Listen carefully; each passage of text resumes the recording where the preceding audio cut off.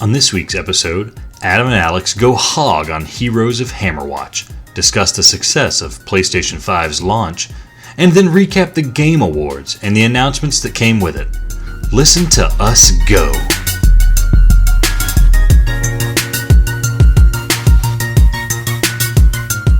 Welcome to PlayPS5, the podcast, and this is Adam, your host for tonight. And unfortunately, I apologize, but I am searching through my mail. You get so much junk mail all these days. I get insurance. My friend sent something to me. I got a turkey certificate for $15 off from work. I got my robot vacuum. And a Christmas card from Play PS5, the podcast. Alex, I wonder what I did to deserve this. Adam, that's a beautiful Christmas card. I think what you did is you went online, the internet, and you got onto your email account and you emailed contact@playps5podcast.com, and they just sent you a Christmas card because you sent them your address, and it was free and it was beautiful, and there was even a chance that you were going to win a game code or a small little present or gift or something like that. But you didn't win anything because you're perpetually a loser. Other people might. And that's all you got to do. Just email us at contact@playps5podcast.com, or hey, hit us up on Twitter. It's @playps5 the pod, @playps5pod. You'll find us. Or if there's some way to message us discreetly on YouTube, just let us know. Get in touch with us. Find Adam's auntie. She's probably in your bed. Just roll over, say, here's my address. She'll give it to us. That's the way it goes. Adam, I love the card. You did excellent work on it. I think we look great on it. Don't show it again. I don't want to spoil it for people. I want them to get excited. Shout out to my boy Bruce. I already got one in his fridge. Shout out to my boy Richie. Coming in the mail, man. Don't worry. Dude, I really am. I'm proud of it. Easily my favorite Christmas card. Don't tell my mom. Don't tell my dad. I've been part of several, and those have all sucked in comparison. But the beautiful thing is, if you want a Christmas card, it is free of charge. You give us your email. I sent one to freaking England, dog. I don't give an F. Let's do it. Let's get this podcast rolling, Alex, because here we have a game called Heroes of Hammerwatch Ultimate Edition that we're going to do a review for. We are then going to talk a little bit about some news that came out about the success of the PS5 launch. We are then going to talk in segment 2 about the Game Awards, what we think about the Game of the Year, and there were a surprisingly large number of games that had announcements that are coming for the PS5 that we are also going to discuss. So if any of those things tickles your fancy, stick with us. Where do you want to begin, Alex? I want to begin with the gamer juice. What's your gamer juice, Adam? So I know I've had this, I believe, on the Play PSVR, the podcast, but it is my favorite sparkling water is sparkling ice ginger lime. You can really taste the ginger in it. Like I said, it's my favorite sparkling water that I've had, bar none. It's good stuff. Very flavorful. Who knows what this is doing? Supposedly antioxidants, all that crap. I'm putting it in my nice Kentucky Derby glass with a bunch of ice, hoping that it will last longer in the podcast. But it's always a winner. Strongly encourage it. You can get it at Kroger, you can get it at Walmart, you can get it and pretty much anywhere. Big Lots, gas stations, you name it. I bet the Come and Go have it, but I know the Come and Go had something good for you tonight, I'm sure. I couldn't. Okay. Happy birthday, Alex. You're getting old. You were carrying pizzas into your car to celebrate your birthday with people, and you tweaked your back. Congratulations, Alex. You're an old-ass man with an old-ass back. Listeners, I injured my back something fierce. I haven't been able to walk straight for about a week now, and I read online that if, drink a lot of water, and it can kind of help that. I guess it's a bulging disc or something like that. Some bulge in my back hurts my back. Drink a lot of water makes it feel better. So I'm just drinking lots of water, because goodness gracious, I got to get over this hump. Here's the thing, Adam. I'm so pathetic and out of shape and old that I can't even sit on a couch and play video games because it just hurts too much. That's how pathetic it is. And then I stand and I get too tired standing. So there's no way for me to play PlayStation 5. It's just the worst. Happy birthday. Yeah, my gamer juice is water. And I'm just as disappointed as the listeners. I am really struggling to not make a bold joke, but I'm not going to, and we're going to push forward with the power play of the week, which is Heroes of Hammerwatch Ultimate Edition. And so this game was the first, honestly, Alex, I think this was the first, you mentioned, what's it called? A roguelike game? Is that what you would classify this as? This is certainly a roguelike. Yeah, it's about as roguelike as you get. Okay, so and this, like I said, is the first of those type of games that I've played ever. And so it was not a steep learning curve, but definitely something interesting. How would you describe a roguelike game in general, Alex? I'm sure everyone listening probably already knows, but I don't know. If there's someone like me who doesn't know, what are the characteristics of it? It doesn't really tell you too much when you say that if you don't know what it is. It's basically a game where the whole idea is that the levels are like the layout of a level is randomized, and you go into, like, say, a dungeon, and the layout's random, the loot is random, the enemy locations and stuff like that are random. And so it's kind of designed for you to go through and do like a run, getting deeper and deeper into a dungeon or progressing through some large level until eventually you die, and then you lose all the stuff that you picked up, but you might have gained experience points and your character might progress a little bit along the way. There's a bajillion iterations on it, and this is another iteration on it. So yeah, roguelike, I'm trying to think. They're almost always characterized by, like, usually there's some kind of 2D or isometric view, usually some kind of a fantasy game with, different character classes, like a mage or a knight or a wizard or sorcerer or necromancer, something like that. This ticks all the boxes. It has all those things. Adam, are you sure you haven't played any other roguelikes? The thing is, I was trying to think of like PSVR, and I was like, surely there was a game in PSVR that was roguelike, but I really cannot think of a game that was like this. I know. That Dungeons of Dreadmore or whatever it was called. Is that what it's called? I don't think so, because I don't recognize that name. No, there was that, not Dungeons of Dreadmore.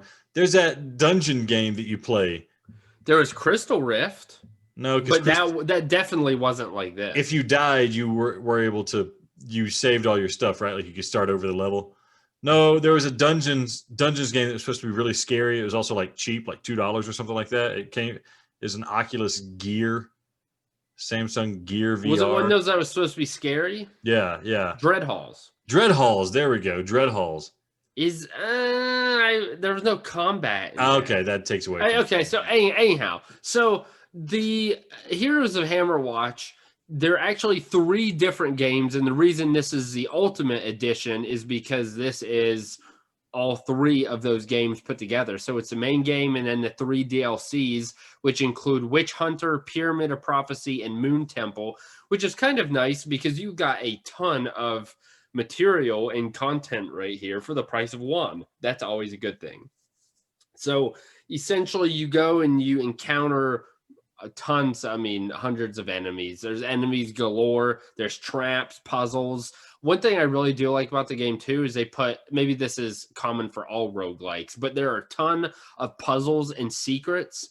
And each time you do a run, I encounter something that I've never seen before, which I think is nice because it obviously spruces it up. And some of the levels are obviously very similar and there's nothing too exciting for them. But every now and then, I'll get to it here in a minute, you get something that is new and exciting and you get some good loot because of it.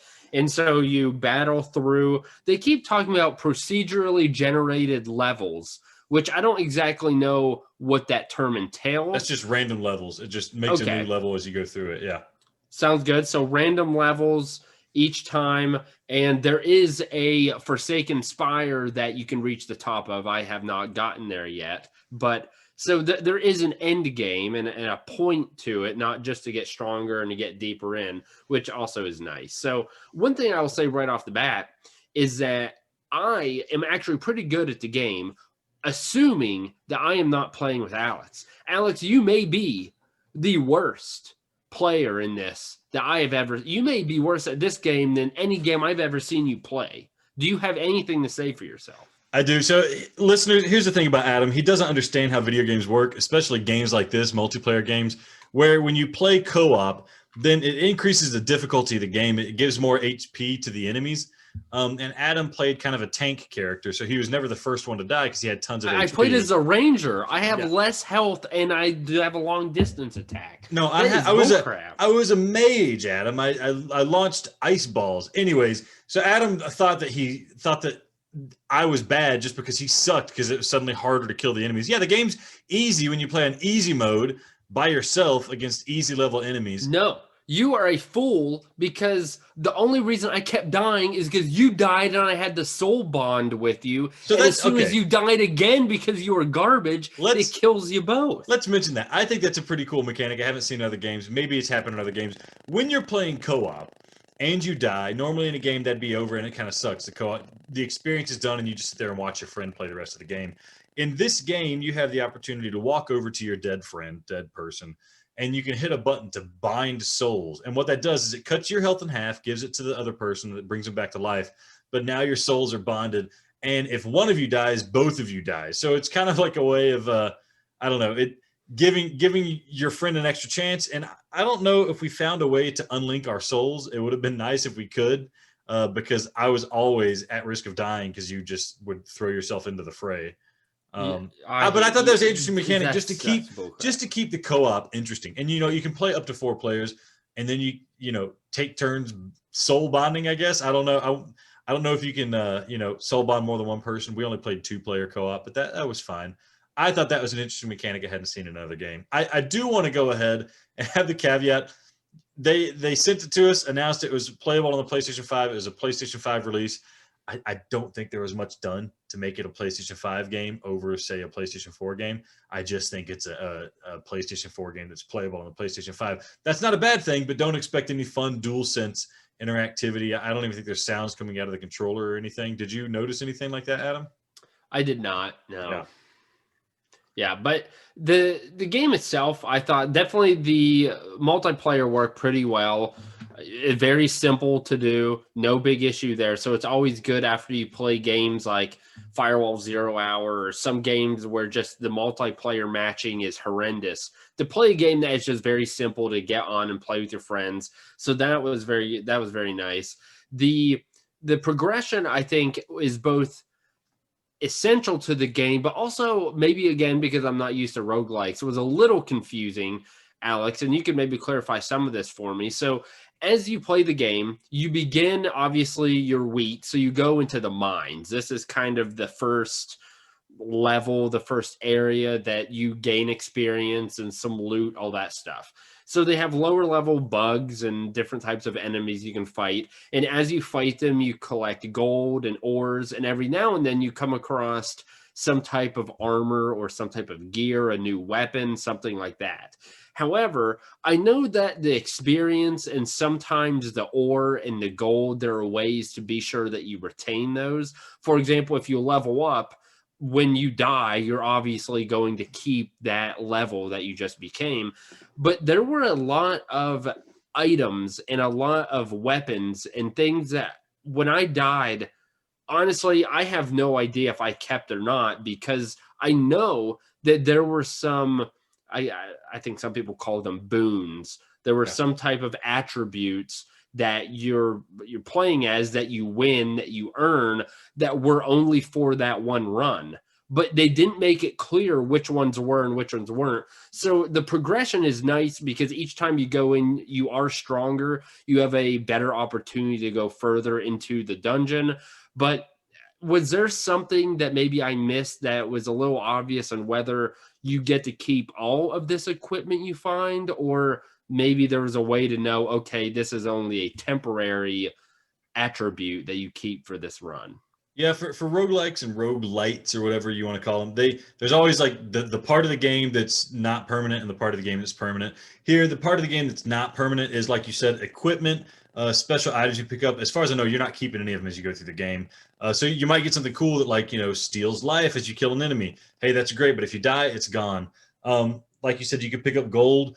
And what happens is there are little elevators that you're sending ore. You pick up ore, it's like rocks and stuff that you're sending down to the town that you came from to help build up the town, build up what the town can do. So when you send those, you don't lose it if you die. Same with gold. You can send the gold back to the town, and that way when you die, you don't lose that gold. And then what is the good use of gold? Let's see, or upgrades a town. With an upgraded town, you can then unlock new abilities. You have a better, blacksmith or something like that. With your money, you can go to the blacksmith and then buy good equipment before you start your run. You even have the option to re-roll the equipment that the blacksmith has before you start your run. So even though you don't keep it, you kind of get a leg up at the beginning by buying some of that equipment. When you level up, you get these skill points, little stars. You can use those to upgrade your skills, whatever your special skills are. Add things like I was a mage, it shot ice blast, and I upgraded it, and now it could ricochet. And turns out it's actually really effective because I had a hard time aiming at the enemies with my dual analog controls. However, if it ricocheted, it would ricochet off and home towards the enemy. So it was really easy to shoot around corners. Things like that. It was fun. Nice little element there. And those upgrades to your spells are persistent. So yeah, your progression as a character is persistent, but the items you pick up are not. But then you can also upgrade some other things like how many times you can heal yourself. So a lot of these basic roguelike stuff, and it's all executed fairly well. There's nothing's really missing here. But if you're looking for a roguelike, this is checking all the boxes, like I said. Yeah, I think that is definitely something I like a lot about the game is that you progress. And again, that may be a function of the roguelites in general. But the town upgrades, like he mentioned, there are different buildings that you can upgrade, and those grant you just different enhancements. Another thing I thought was pretty neat too, that I feel like I don't know how I didn't finish the game because I mean you put a ton of hours in it. So I don't know how long it's going to take for a single playthrough or the issue is that there are 9 different classes. So in the beginning, you pick your character, and there's 9 different characters. They all have unique stats. They all have different abilities, and obviously that lends itself to different play styles.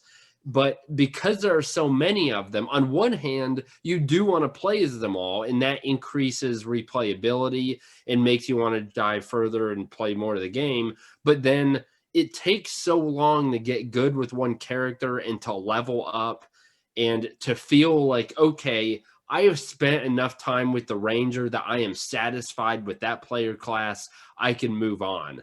So with that many classes, again, it's good, but it's almost overwhelming. That I honestly, Alex, I don't foresee me playing all 9 classes because I don't want to stop playing the Ranger, which is the first class that I chose, until I finish it. Am I thinking of it like, is that dumb? Or is that maybe not how you play these type of road games? I mean, you play them however you want to, and I tend to find myself playing Rangers or something like that. This is a new game. I wanted to try something new. I usually don't play Magic users, but I thought I'd try it out with this game. Usually, the way I do these things is I'll play each of the classes a little bit and see which one I have the most fun with, which usually just means which one do I have the most success with. This has 9 different classes. That's pretty fun. Although I think some of them are kind of samey. Like you said, you had the Ranger. I had a Sorcerer. We're both just kind of shooting stuff. Maybe as you get deeper into the game, they differentiate a bit because I could totally see how that would differentiate a bit.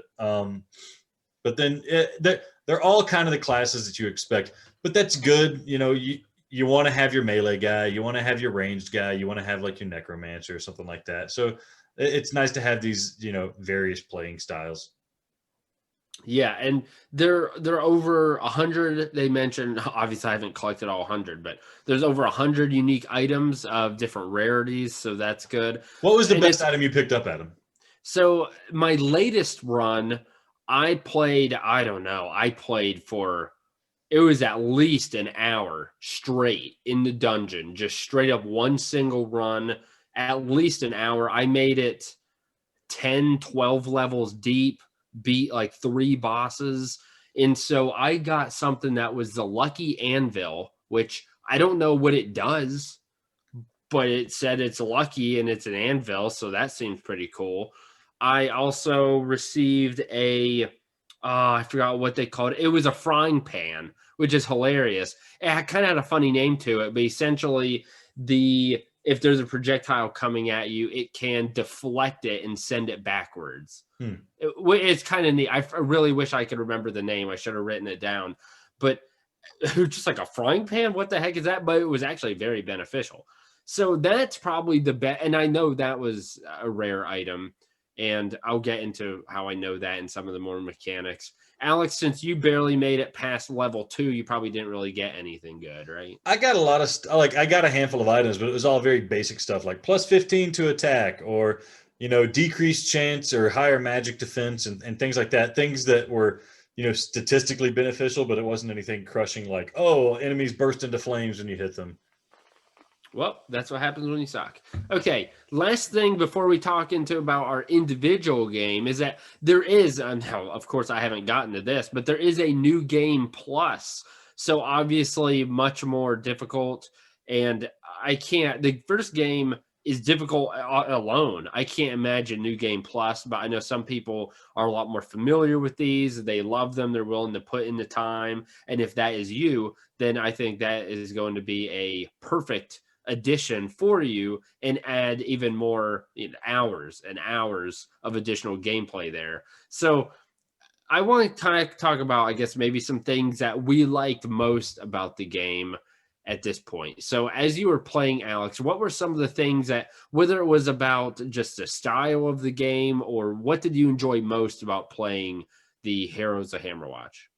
So it had really tight controls, and like I said, here's the deal. With these roguelike games, I kind of don't ask for much. And they're not too hard to get done correctly, but people still seem to have a hard time to get them done correctly. This is one of the ones that's doing it all correct. It's doing everything right, and it just feels good. If you have here's how I would play this game. The music's good. It's fine. It's nothing blowing me away to where I feel like I have to listen to it. I'm going to listen to podcasts. I'm going to listen to audiobooks, and I'm just going to chill and burn through this game. I liked that although you were quick to die, although it seemed like it was quick to kill you, the stuff seemed really easy to save whatever minor progression you had, which I thought this game benefits from, especially when it has so much content as this version does, with the four different releases, or three different DLCs that come with the game. So yeah, that's what I liked.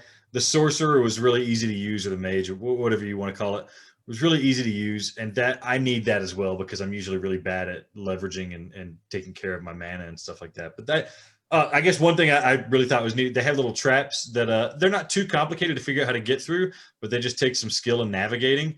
I haven't seen that in too many roguelikes. Usually they're just traps or surprises. This, they're not really surprises. It's just if you have the patience and you can time it, then you can get some pretty good loot. Adam, you always avoided those, but I always fell for the allure of a trap. And even when I wanted you always died. Not always. I walked away with some good stuff sometimes. Bull crap. Yeah. I thought that was a nice little touch that they included in the game. Yeah. Yeah. You sucked. So the things I definitely liked about the game is the fact I like these games that I feel like the more I played, although it's a very small progression, I did feel myself getting better.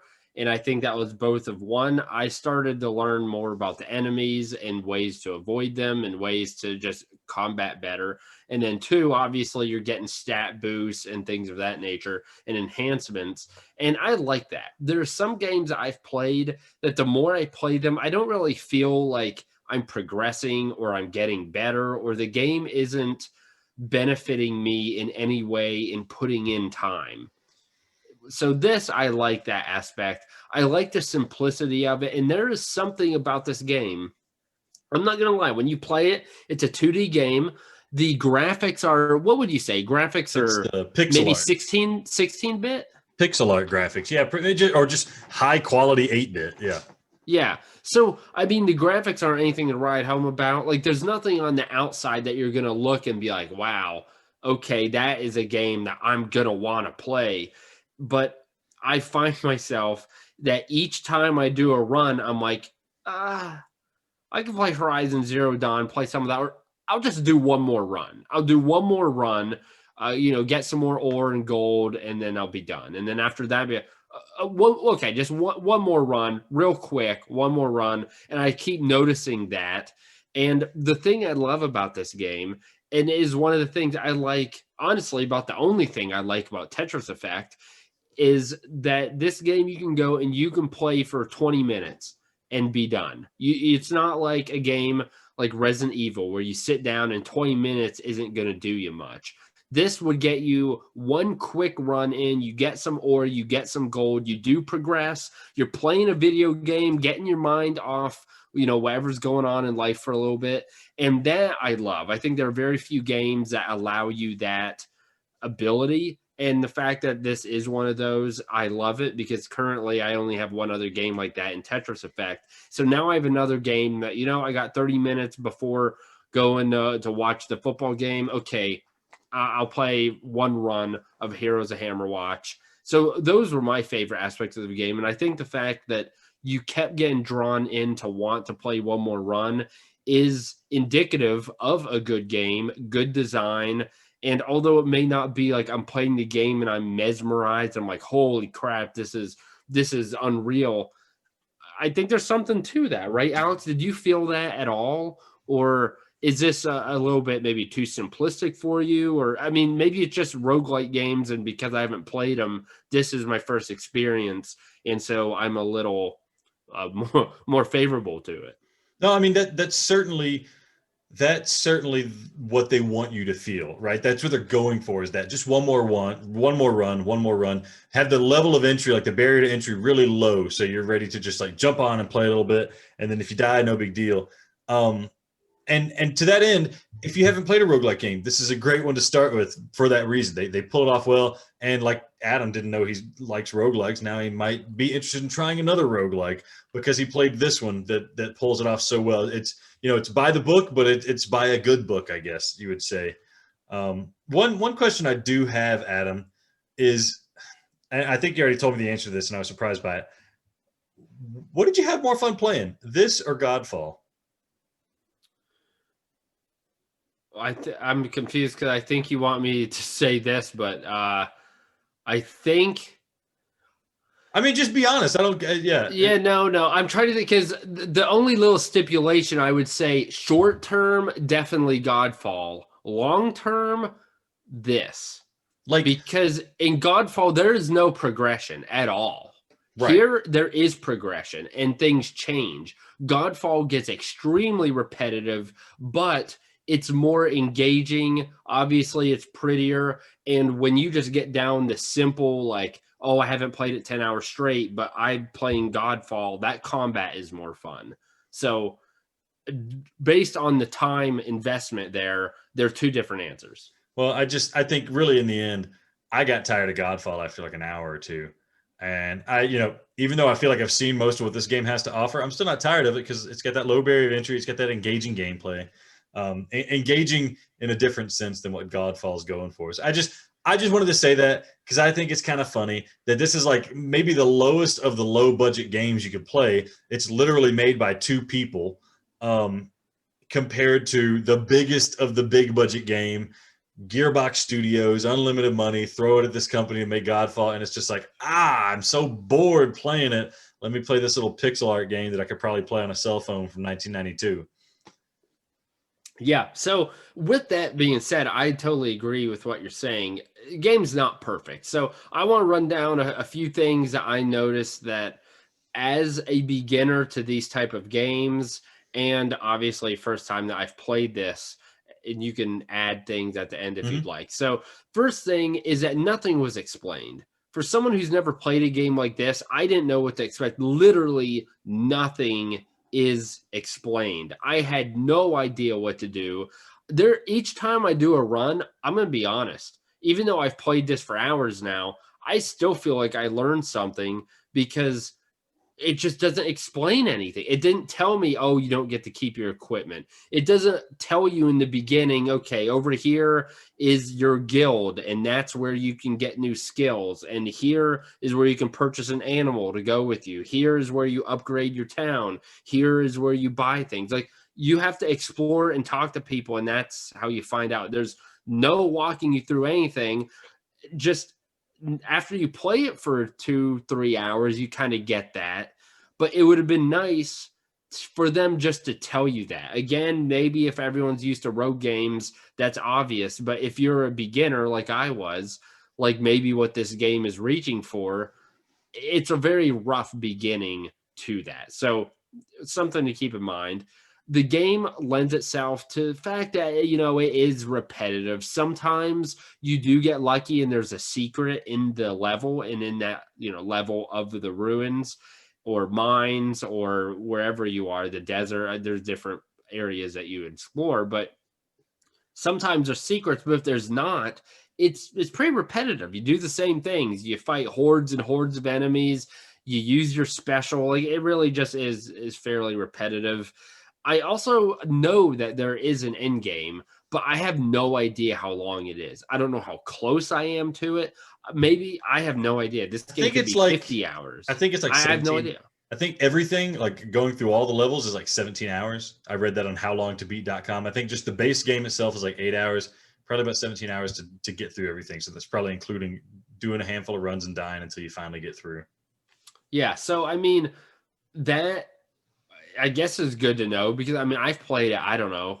I played it for hours and I But have that's no probably idea. just one character class. I mean, yeah, I'm sure it is, Yeah. but I'm like, if I knew, say I've put in, I don't know, say I put 6, 7 hours or something, I knew it was an 8 hour game, I may, first of all, there's no way that's true because I've probably put close to 8 hours and I know I'm not anywhere close to being done. So I Yeah, don't but know you're where not they're, good at video games. yeah, screw you. Anyhow, it would be nice to know an end goal or just have some idea of how much longer I have because I feel like there's no way I'm going to finish this game because based on the way it goes, it's just so long. Okay.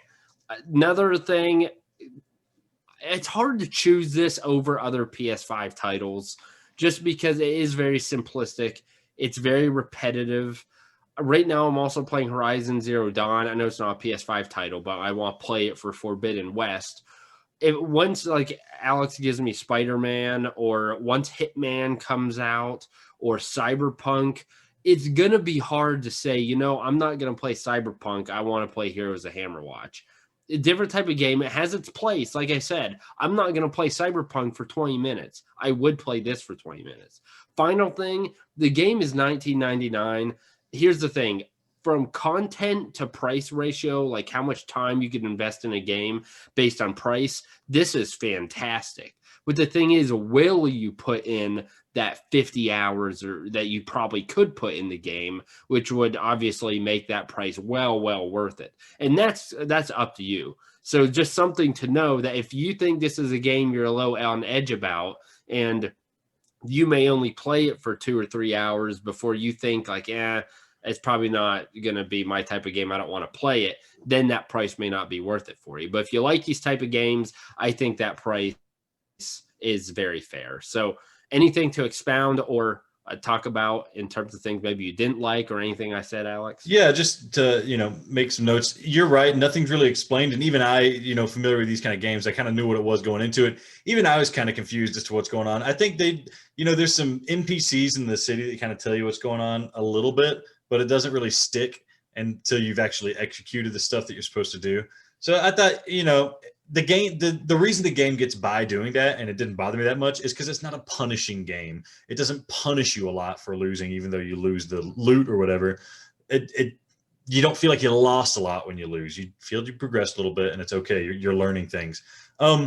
As for it being repetitive, that's the name of the game here. Roguelikes are by nature repetitive. However, I do think that one issue is that all of the runs feel kind of the same, even if you get like some fancy loot. The fancy loot seems, few and far between, and the loot that changes the way the game feels like it's playing varies. And this might be unfair because I've played some really good roguelikes. I'm talking about Binding of Isaac, talking about Hades, games like that where every run feels different for some reason. Maybe you have a different weapon or you start with a different power up or something like that. This, you're more or less starting the same way every time, and so that means your approach, at least through the first 10 levels or so, are going to be the same every time, and that can kind of become a drag when like, oh, once I get through this, then it starts getting to the new stuff, but I got to get through this stuff for like the first 15 minutes, 20 minutes or so before I can finally get to that newer content that would surprise me and engage me. And then, like you said, Adam, yeah, this is hard to choose over other PS5 games. I mean, I like it more than Godfall, like I said, but the shame is that PS5 touted this like no load time, things download quickly. if this is on PS4, if you got a PS4 and you're playing PS4 games, this is that perfect game to play while you're waiting for the update to download for, Red Dead Redemption 2, and it's taking like 46 gigabyte update. This is the perfect game to play while that's downloading because you got time to play games. You don't have time to just sit there and stare at the download screen. This is that kind of game. So enjoy that. Enjoy it for what it is. $19.99. I think this game would be perfect at $9.99, which is probably why they priced it at $19.99, just to scoop that extra little money right off the top before they drop it on sale, here in a little bit. Yeah. So overall, that's our thoughts on Heroes of Hammerwatch. Check it out on PlayStation Store. $19.99 definitely could be worth that price and more if that's not your type of game. Next, Alex, I want to talk about some PS5 notes. I read a couple articles about just the PS5 launch in general. I wanted to get your thoughts. So the first thing of note that I thought was interesting is that the PS5 had the highest launch month unit and dollar sales of any video game console ever released in the USA that is based on the NPD group. So are you surprised by that? Did it feel like, I mean, you've seen the N64 and the GameCubes and PlayStation 3s. You've seen all of that come out. Did this to you feel like the highest and most exciting and popular launch to date that's come out in your lifetime? I really don't know how to gauge it. PlayStation 4 didn't feel like a super exciting launch, maybe just because I wasn't in tune to try to grab one when it came out. PlayStation 3 was super exciting. They were hard to find, and you knew they were going to be hard to find. And then the price is one of the first instances of scalpers really jacking up the prices on these things. But they didn't make that many of them, it seems like. Same thing with the Wii. The Wii was like selling like hotcakes, and you could not get them in stores. But apparently Nintendo like really under expected how much they would be selling, so they didn't produce very much. So putting all those things together, I think this is one of the first times we had the perfect storm of Sony saying, hey, we have a product. We know everybody wants it, and we're going to make as many as we possibly can. And then now we have scalpers who will buy up the stock immediately. So it's basically Sony selling these as fast as humanly possible. And it's a $500, almost $600 console. That's one of the bigger dollar sign consoles, price tag consoles we've seen in a long time. So this huge number expected to be sold, this huge number made to be sold, and this huge number price tag attached to it, that all combines to make sense. Like, yeah, of course they're making the most money and shipping the most units, but it's still a surprise. I'm still impressed. And even more impressive, you still can't get them. Yeah, absolutely. And the thing I also wonder is, what is causing the success? Because when I look back, you're right. The Wii was big. Even recently, the Switch, that's huge. And people are still wanting to buy Nintendo Switches. So I'm wondering, does the fact that we're in the time of COVID and people, obviously winter's coming around and you can't go outside, you can't socialize anymore hardly. So this gives you something to do. The fact that maybe there's brand recognition with Sony, with the PlayStation. There's obviously, Sony has several game franchises, Ratchet and Clank, all the Resident Evils, all that type of stuff that they have on the PlayStation that people maybe would want to play. There's popularity. I think there's something to be said that, okay, if all my friends have it, I want it. And then maybe there's some, I don't know the difference between now and 5 years ago, but I feel like video games for adults are becoming more, I guess, accustomed to. Like, it's not as taboo or embarrassing as it was 10 years ago when you're like, yeah, I'm a 30-year-old and I spend some of my free time playing video games. So what do you think may be the cause that this is the highest and most successful launch of any video game console in the history of the US? I think a little bit of it is what you said with, the kids who grew up playing Super Nintendo now have big boy jobs and they can buy big boy video game consoles. So that's one, at least that's exactly how it played out for me, is I finally have a job and I can buy a console at launch. Wow, look at me. As far as what else could have caused a success, I honestly don't know. It's hard for me to look at a game at launch that is like a system seller. Um, Miles Morales is good, but it's kind of like a DLC sequel packaged as a game. Um, Demon Souls is phenomenal, but it still only caters to a certain group. Sackboy Adventure isn't anything great. It's probably a wonderful game. It's just not a system seller. You know, it's not Mario 64. There's no flagship title standing out in my mind that is making people say, "Ooh, I got to get a PlayStation 5. Nothing else is going to satisfy me." And that's compounded by the fact that like Cyberpunk just came out, one of the biggest games of the generation, and it's not out on PlayStation 5. If you want to play it, you play it on PlayStation 4. And it just we're still, I feel like we still have our foot in the last generation, and all of the really good games are still coming out for last generation consoles. There's nothing, very little to be like, I can only play this on PlayStation 5. I got to get that PS5 now. Some people probably enjoy that fact because they don't have a PlayStation 5, they can't find it. But because of that lack of like gotta have it game, I have no idea why people are snatching these up so quickly, unless it's just the promise of a new Sony console. Maybe Sony is just the masterful marketers and they're like, yeah, this DualSense got to have it. These load times got to have it. But I kind of don't understand the success. Yeah, I agree. I'm not exactly sure. Like, I know you're actually the only person I know that has a PS5. And I don't know anyone else who even wants one. So it's not like they can't get it. They don't want it. So I mean, they don't want an Xbox either. They just don't want a console. So I don't know if maybe my friends are gamers, or I don't know who wants these, who's buying them, but obviously they're selling hard.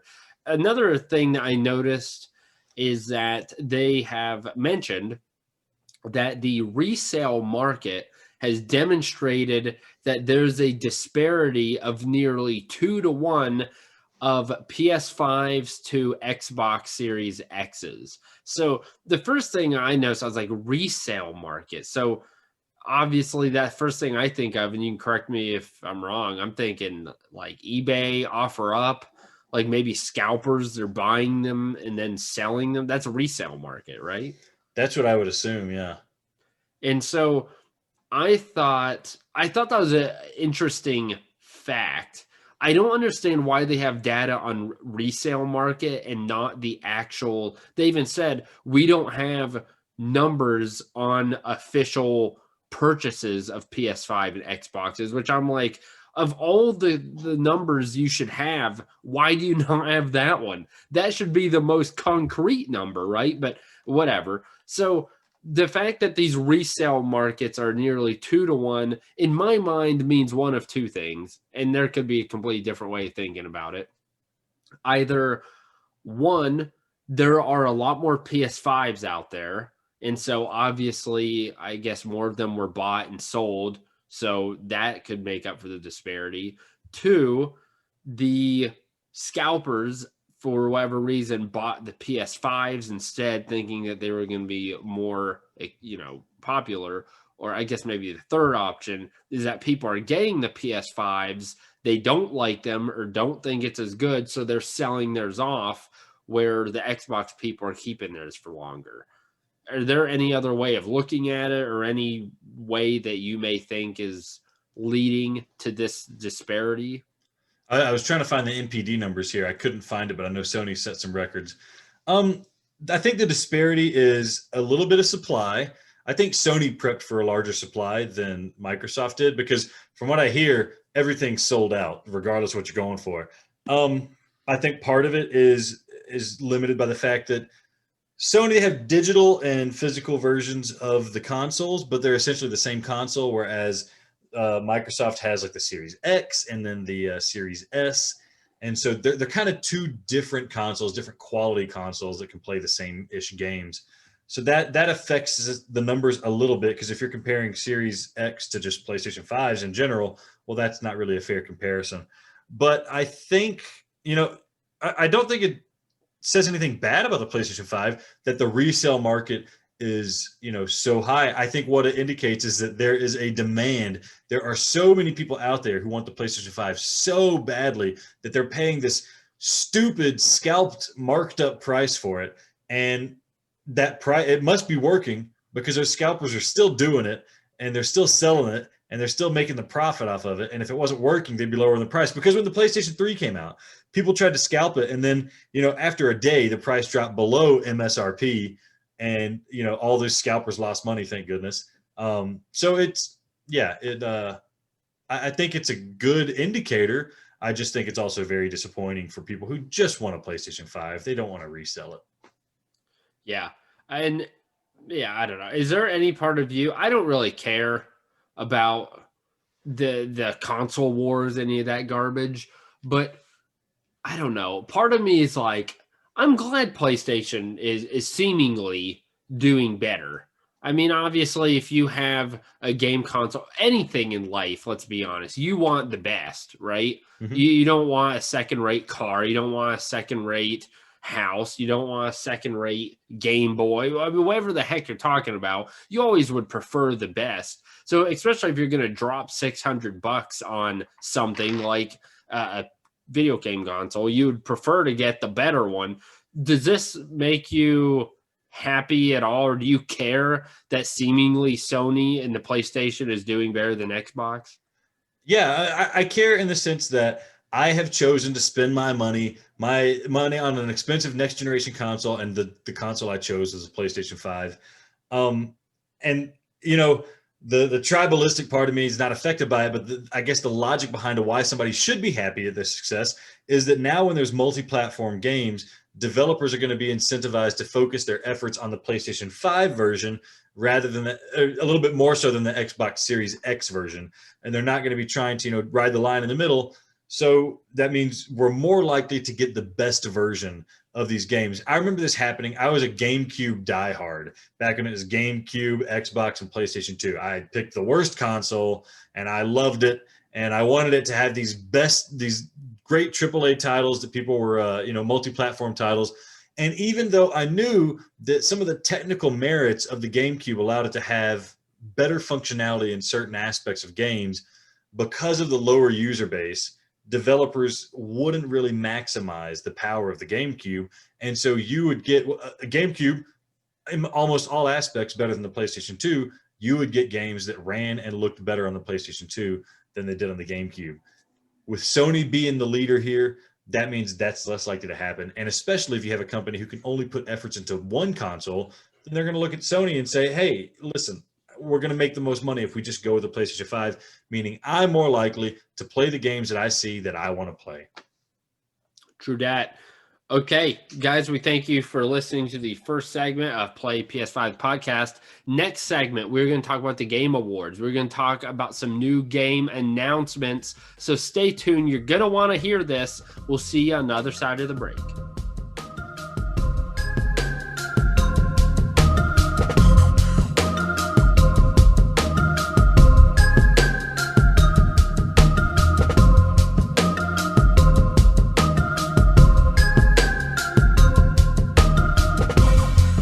All right, welcome to segment 2 of Play PS5, the podcast, episode 16. We last just left you with our opinions on Hammerwatch, and now we're going to leave you with our opinions on the Game Awards. Adam, are you familiar with the Game Awards? Did you even know it was a thing before you had a podcast? I mean, I knew there were awards. There's awards for everything. We won an award. And listen, if you win an award, you know that the bar is real low and you can win an award for anything except how ugly your auntie is. Because she's beautiful. Thank you. Thank you for reminding me. The Game Awards, I hope it's not an offshoot of the Spike TV Awards, because I remember that was just a glorified commercial. It's run by Jeff Keighley, who seems like a pretty serious dude in the industry. And so I think he's trying to make this a classier affair, trying to develop something that's like the Oscars, but for video games. And while I don't think it's great to necessarily shoot for the Oscars, which itself is kind of just like a corporate mess, I do think it's nice that there's something that people seem to strive for to try to maintain and achieve some excellence. Some games won stuff, blah, blah, blah. We're not here to talk about that. I do think we could talk about what won Game of the Year, Adam. So here's what I'm going to do. We know what game won Game of the Year. It's not going to be a surprise. It's The Last of Us 2. And we talked about it a long time ago on a game where we discussed whole games. Our opinions are out there for that. I think we both enjoyed it. Here's the nominees, Adam. Doom Eternal. I know you haven't played that. Final Fantasy VII Remake. Ghost of Tsushima. Hades, Animal Crossing New Horizons, and The Last of Us Part 2. That are the nominees for Game of the Year, Adam. How do you feel about Last of Us 2 compared to all of those? Doom Eternal, you're correct. I have not played. I feel like a lot of Doom games are very similar. You play one, you play all. They're very good, but not Game of the Year worthy. I would rather take a baseball bat, hammer multiple nails in it, and then shove that in my butthole than play Animal Crossings. Let's see. Ghost of Tsushima is one game I haven't played, but I just heard rave things about it. So I hold that with a lot of respect. I've watched streams and things. It really does look very good. I didn't have a console at the time. Otherwise, I would have purchased it. Let's see. The Last of Us 2, obviously, incredible game. Incredible game. The only other thing I would really consider is Final Fantasy VII Remake is also definitely next level. My thing, if I had a vote, I would have picked Final Fantasy VII Remake. Story is, it's tough because you know the Final Fantasy VII story in general. So that whole plot is better than the plot of The Last of Us as a series too. But obviously the remake, you only get maybe a third of that plot. I like the combat better in The Last of Us. No, I like the combat better in Final Fantasy, actually. A little more fast-paced, a little more button mashing. I mean, they're totally two different styles. For me personally, I like Final Fantasy better, but I have no qualms or issues with The Last of Us 2 winning. Fantastic game.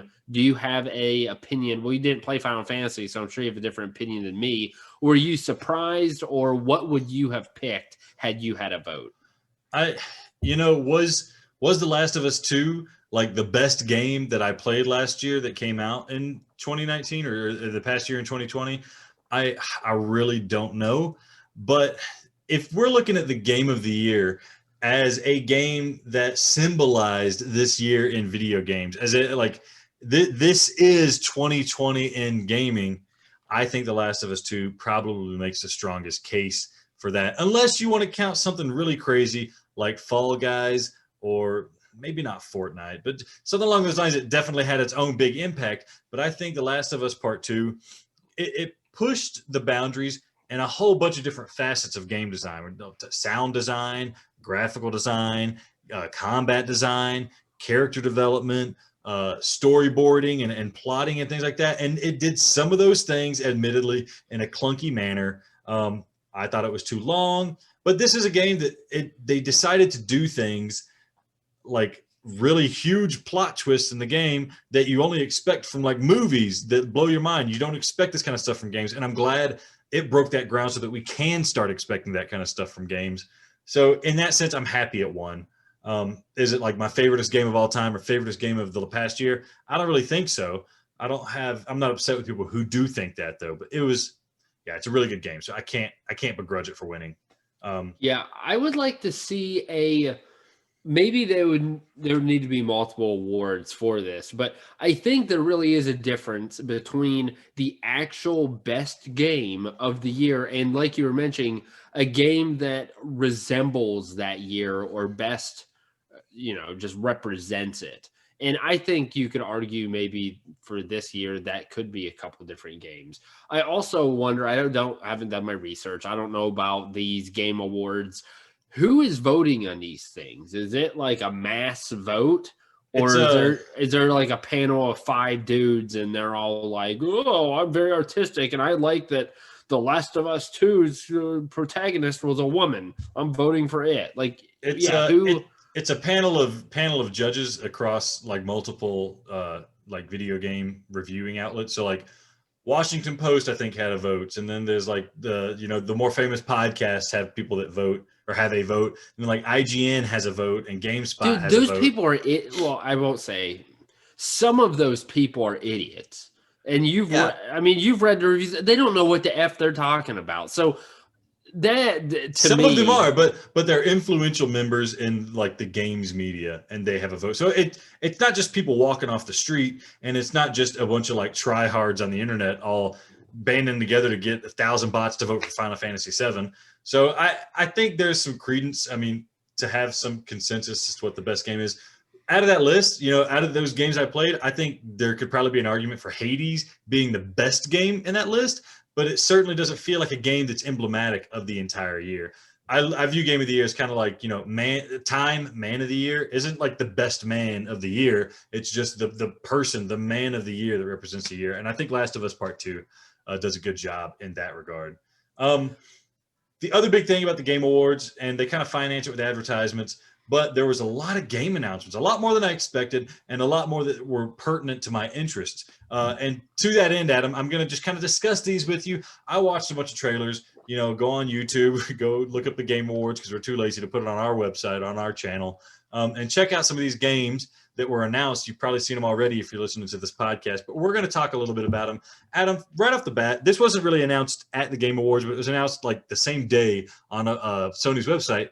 Returnal is launching March 21st. That was one of the games shown off at the launch of the PlayStation 5. One of the games I'm most hyped about because it's made by Housemarque, who makes these technically immaculate games like Alien Nation.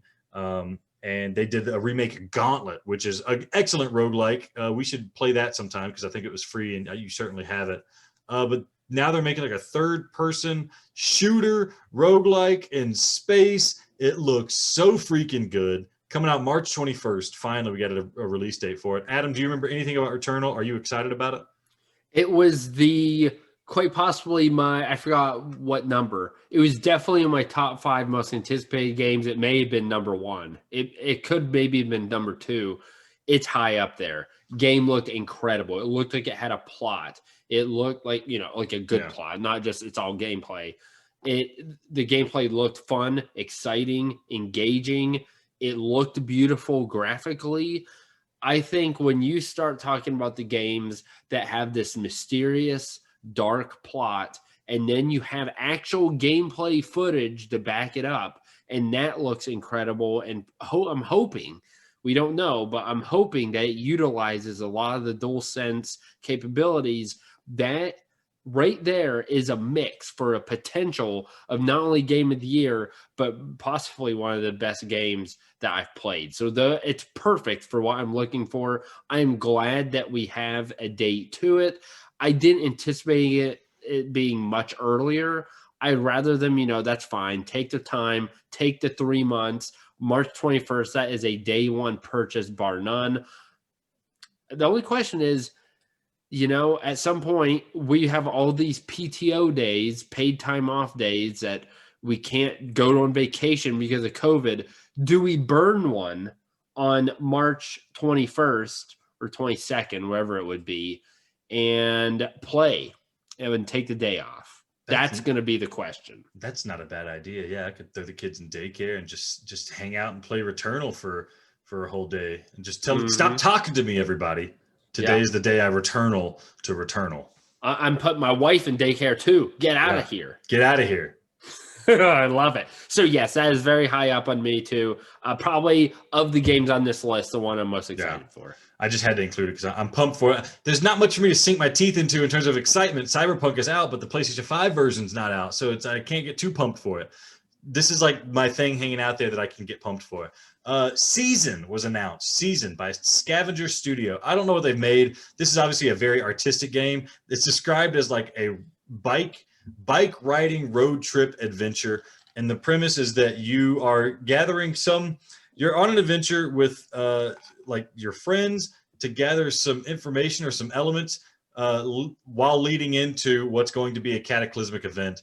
The story says, our ancestors lived for hundreds of years, and my parents had 100 years, and I only have 1 season. And that's the premise is you're going to be dying soon, and so you need to explore this beautiful earth. Go watch the trailer. It looks absolutely beautiful. And the landscapes are huge and wide and nice, and it's the kind of game that's going to get me excited. And Adam won't play, but if he did play it, he would probably like it. It looks like it might be a good version of something like Everybody's Gone to the Rapture. Well, here's the thing. Are you a marketing advisor for Scavenger Studio? No, I'm not, but it sounds like it, right? You actually made this sound incredible. The premise of that game, it sounds incredible. I guess I used the word same twice. I feel like an idiot. But so I didn't think I would like these games, Alex. You're right. But after playing Everyone's Gone to the Rapture, which I liked.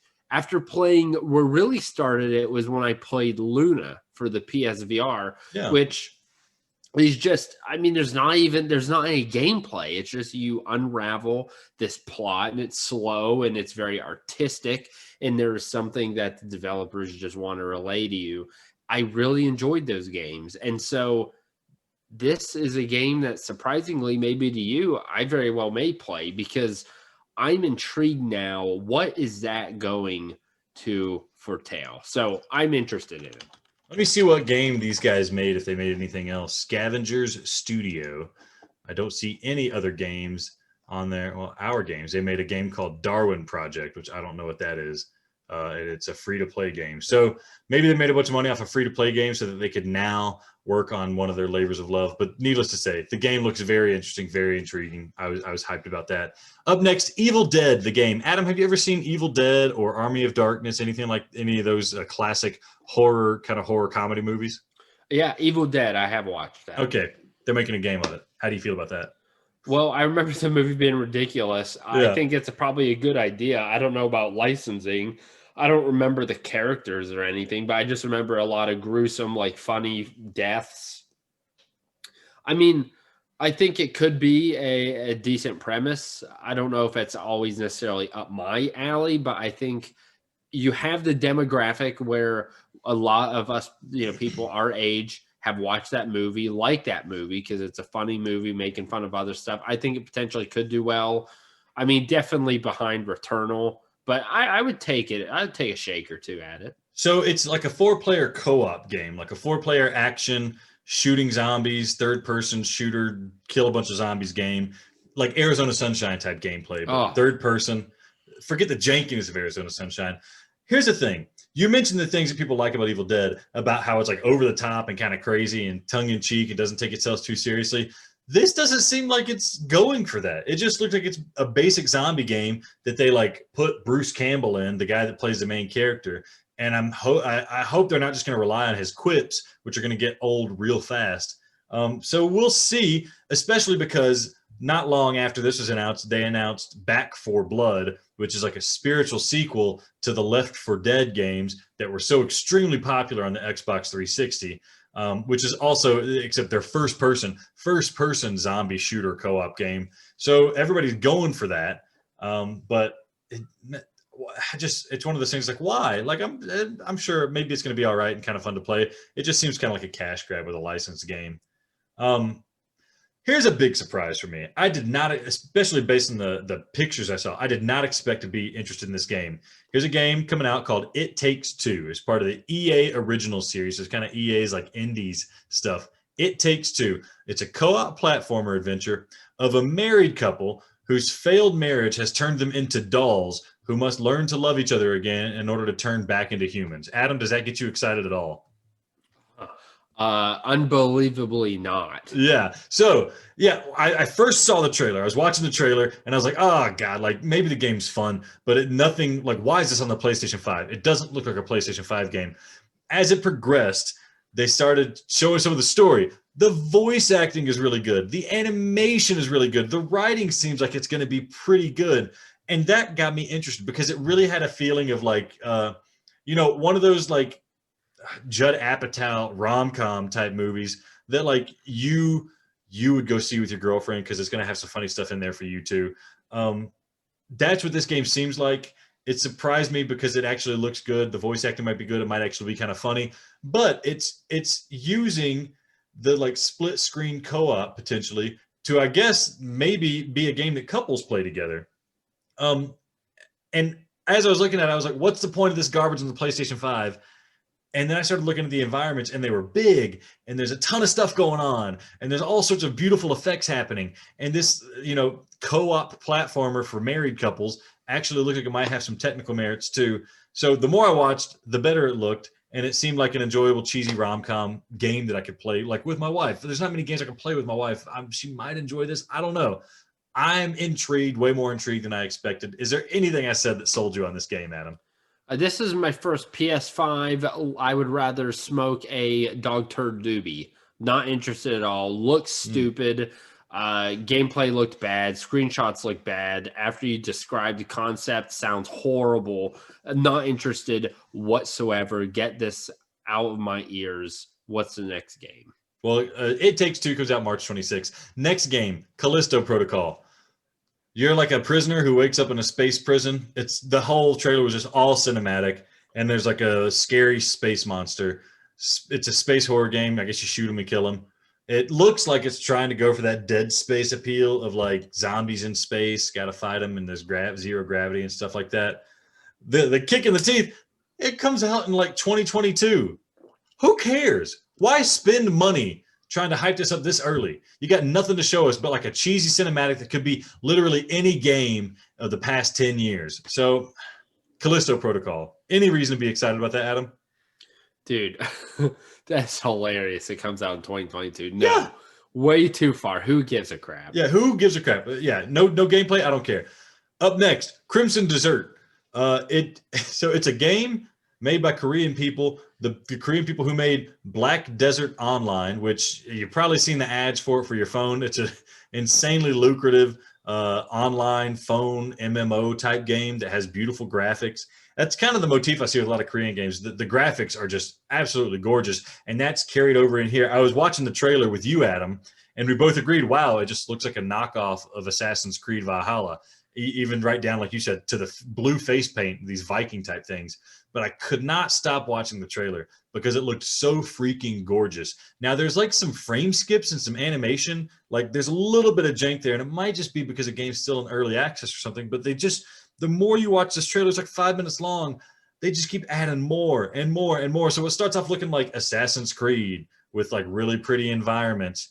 You get to see more environments. It's like, oh wow, the environments are gorgeous. Oh my goodness, that character looks real. That looks incredible. Oh, there's like this weird sci-fi stuff happening. Oh no, they're shooting cannons at walls and they're breaking down into particle effects in real time, and it looks amazing. What the hell? You're flying on a dragon now. You're controlling the dragon now, flying around, and then now lightning's coming down and electrifying your sword, and there's insane particle effects happening. It's one of the most potentially graphically impressive games I've seen on a PlayStation 5 trailer. I hope that stuff comes to fruition because it would be quite incredible. Adam, what you saw, were you intrigued at all, or did you just get tired of looking at that stuff? Yeah, I got tired of looking at it. I mean, it's saying Assassin's Creed, whatever. I mean, would I play it? Sure. It's also a whole year away. It's another one of those things I can't be too horribly hyped, especially when there's Returnal, when there's Hitman, there's all these other Ratchet and Clank, there's all these other big hitters coming out much sooner. All right. Yeah, that comes out winter 2021. So I'll get excited next year for it. Disco Elysium, another game. They're doing Disco Elysium, the final cut. So it's kind of like the enhanced edition with all the stuff in it. It's coming out for the PlayStation 5. And this is a game I really wanted to play last year. It got a lot of buzz. People were talking about the best game of the year in a year that had Outer Wilds and stuff that I also loved. I never played it because it was on PC. I don't really play many PC games. Now it's coming out to the PlayStation 5, and I can finally sink my teeth into it. It's basically like your story-based RPG, kind of like an adventure game with a little bit of dice rolling in it. I've heard amazing things about the writing in this game and the game design in this game, and I'm happy to have a reason to go and play it now that it's on the PS5. It comes out March 2021. Adam, you watched a little bit of this with me. It's that isometric view, nothing graphically like insane, but some interesting art design. A lot of voice acting. Apparently, every line in the game is voice acted now. Are you into these kind of games? Nah, I take or leave it. Whatever. I'm not that impressed. In March 2021, I'll be playing Returnal, baby.